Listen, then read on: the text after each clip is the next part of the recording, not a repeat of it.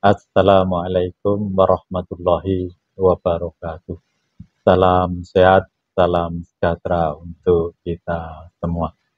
Mahasiswa Prodi Ilmu Kesejahteraan Sosial yang saya hormati dan saya banggakan, dan juga mahasiswa-mahasiswa lain Prodi di luar jurusan Ilmu Kesejahteraan Sosial yang saya banggakan.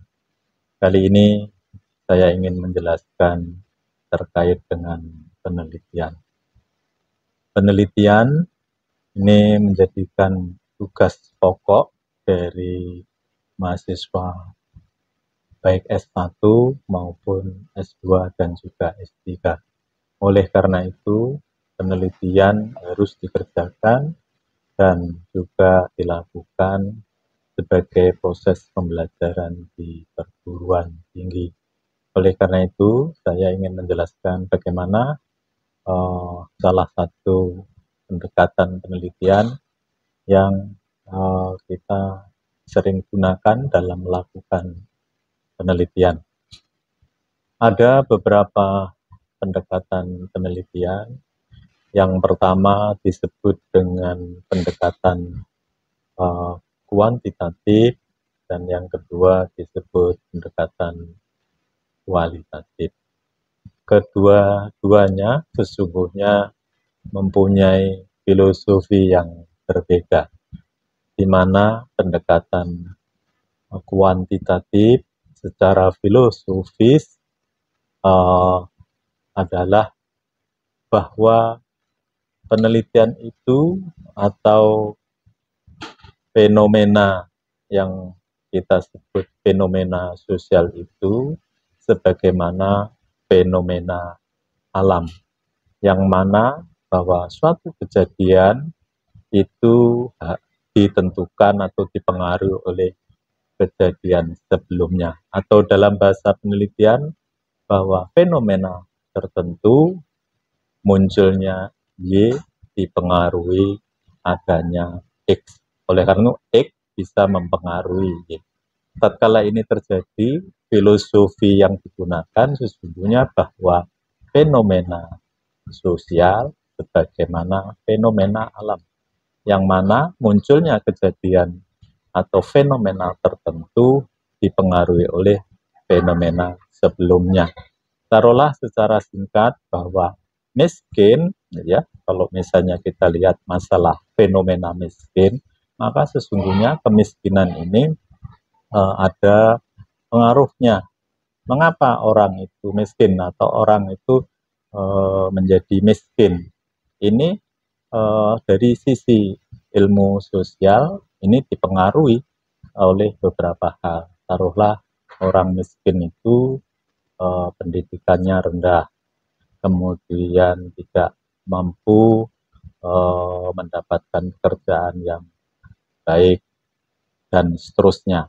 Jadi tidak bekerja karena pendidikannya rendah menyebabkan orang itu miskin. Jadi miskin itu dipengaruhi paling tidak dua hal tadi. Oleh karena itu kalau hubungan antara dua hal ini sebagaimana saya katakan tadi secara filosofis, maka hal itu sebagaimana fenomena alam. Tatkala gejala-gejala sosial itu dianggap sebagaimana gejala alam, maka filsafat yang digunakan adalah filsafat positivisme. Ya, positivisme itu artinya bahwa fenomena tertentu tidak terlepas dari munculnya fenomena sebelumnya. Dalam fenomena alam taruhlah begitu bahwa hujan pasti ada pengaruh dari mendung atau awan. Adanya awan akan turun hujan. Oleh karena itu, menurut fenomena alam, filsafat positivisme ini bahwa terjadinya hujan dipengaruhi adanya mendung. Tidak mungkin dari fenomena ini misalnya terjadi turun hujan kemudian tidak ada mendung. Itu kelihatannya tidak mungkin dari sisi filsafat positivisme. Oleh karena itu kemudian muncul juga yang kita sebut filsafat post-positivism.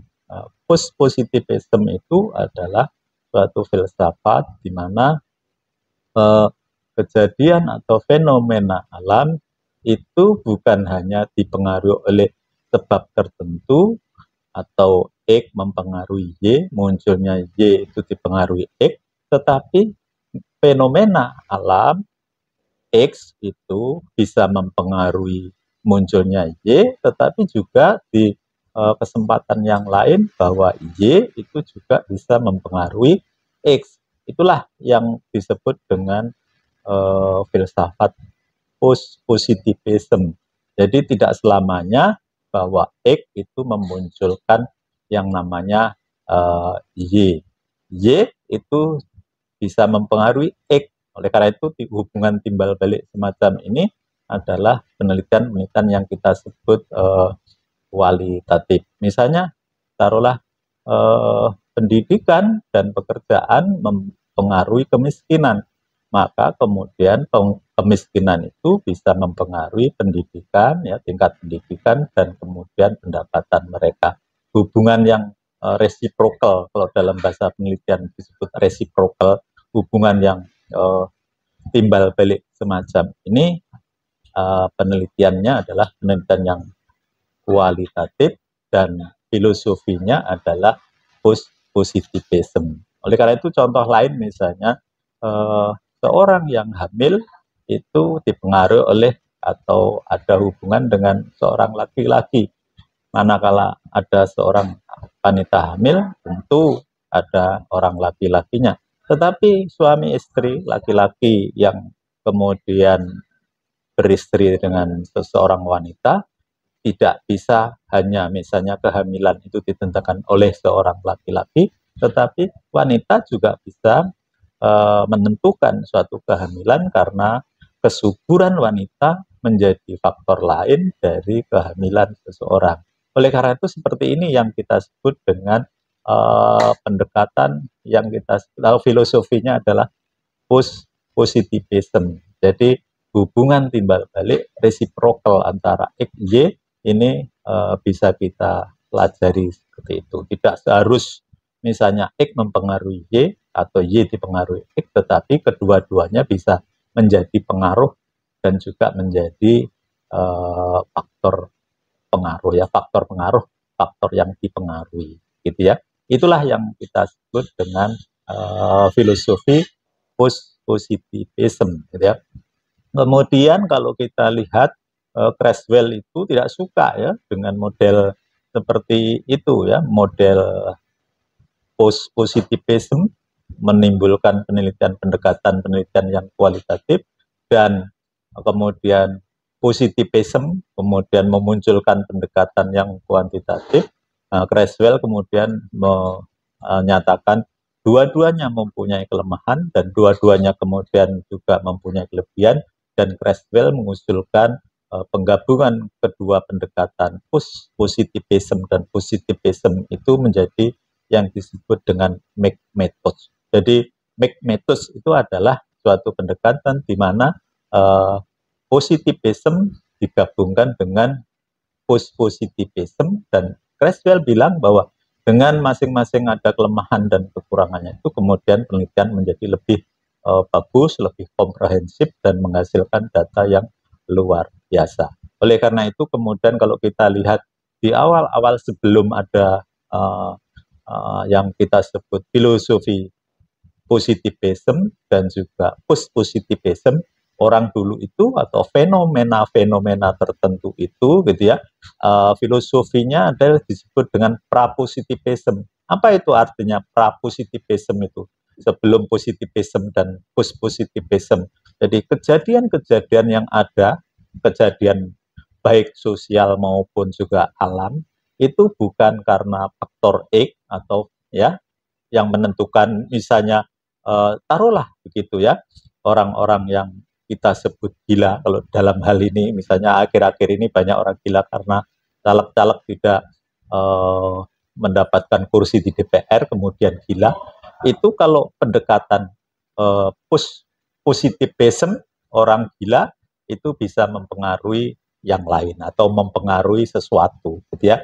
Nah, kemudian sesuatu bisa mempengaruhi orang menjadi gila, gitu ya. Sebetulnya seperti itu yang kita sebut positivism. Namun demikian tadi kalau secara positivism bahwa tidak bisa lolos menjadi anggota DPR itu menjadi penyebab orang menjadi gila. Model seperti ini disebut positivism. Tapi seperti apa yang kita sebut dengan prapositivism? Jadi orang gila itu gitu ya karena sulit untuk dipahami, kemudian dulu orang mengira itu kalau misalnya orang-orang menjadi gila atau tindakan-tindakan yang tidak nalar itu, kemudian orang mengatakan inilah yang kita sebut filsafat prapositivism, yakni orang gila itu karena kemasukan roh jahat. Kemasukan roh jahat inilah yang menurut filosofi adalah filosofi yang prapositivism. Semua dikaitkan dengan makhluk-makhluk halus ya yang tidak kelihatan, yang sulit dibuktikan apakah makhluk halus itu bisa mempengaruhi, taruhlah itu orang menjadi jahat, orang menjadi gila seperti itu. Oleh karena itu filsafat ini tidak berkembang karena secara realitas bahwa orang-orang gila itu sangat sulit dibuktikan tatkala makhluk-makhluk halus, roh-roh jahat itu mempengaruhi diri seseorang. Namun demikian kalau kita positivism jelas ya.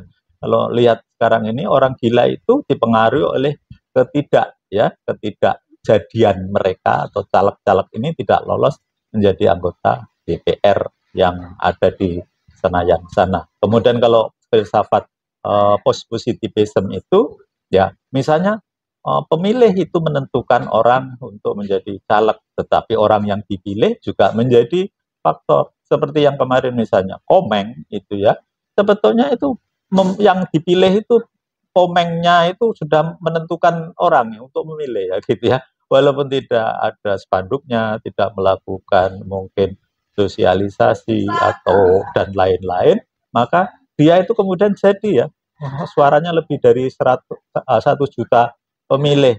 Jadi Komeng itu menjadi sebab orang memilihnya gitu ya, karena orang lain tidak tahu apa namanya istilahnya caleg-caleg lain yang belum jelas itu tidak dipilih oleh dia. Oleh karena itu Komeng menjadi anggota DPR ini bisa dipahami sebagaimana positivism ya. Jadi seperti itu. Mudah-mudahan sedikit ini bisa menjadi pembelajaran bagi kita bahwa fenomena sosial itu bisa dipahami mulai dari tadi itu yang kita sebut atau saya sebut sebagai prapositivism, kemudian positivism, dan post-positivism.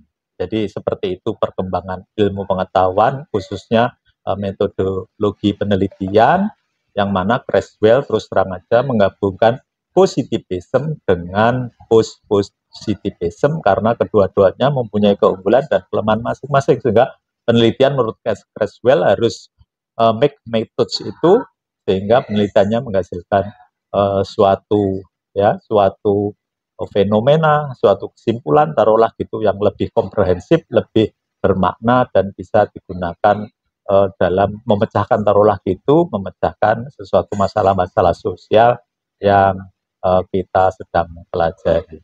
Demikian sedikit ini mudah-mudahan bisa dipahami oleh mahasiswa terkait dengan filsafat penelitian. Terima kasih. Assalamualaikum warahmatullahi wabarakatuh.